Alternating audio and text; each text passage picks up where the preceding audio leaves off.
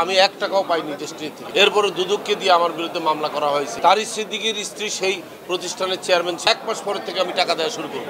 অবশ্যই তারা টাকা পায় কোম্পানির কাছে। একটা বিশেষ গোষ্ঠী আমার কাছে চাঁদা চেয়েছিল, ভুয়া সম্পত্তির দলিল এনে আমার কাছে বিক্রি করার চেষ্টা করেছে। ওটা ছিল তার কাবার।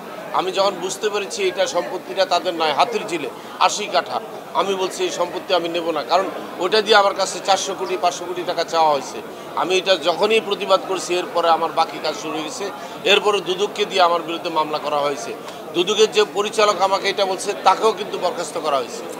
সে পরিচালক আমাকে বলছে যে আপনি বিপদে আছেন, আমাকে ট্রান্সফার করা হচ্ছে কারণ এখানে ষড়যন্ত্র চলতেছে। তারিক সিদ্দিকীর স্ত্রী সেই প্রতিষ্ঠানের চেয়ারম্যান ছিল যেখানে আমাকে এই জমি বিক্রি করে টাকা দেওয়ার কথা বলা হয়েছিল।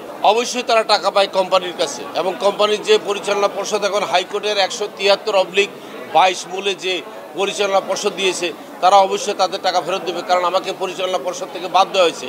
আমাকে যখন সাজা শোনানো হয় আমি তার আগে বলেছি, মাননীয় আদালত আমাকে যেই সাজাই দেন আমাকে পরিচালনা পর্ষদে থাকার ব্যবস্থা করেন, আমাকে হুকুম দিয়ে যান আমি যেন টাকাটা ফেরত দেয়। আমাকে হুকুম দেওয়ার জন্য বলছি, আদালত আমাকে হুকুম দেয়নি, কারণ জানে আমাকে হুকুম দিলে আমাকে পরিচালনা পর্ষদে রাখতে হবে। আর রফিকুল আলম যদি ফেরত দিতে হয় রফিকুল আলমকে সেই আগের বোর্ডে নিয়ে আসতে হবে, তাকে এমডির পজিশনে বসাইতে হবে।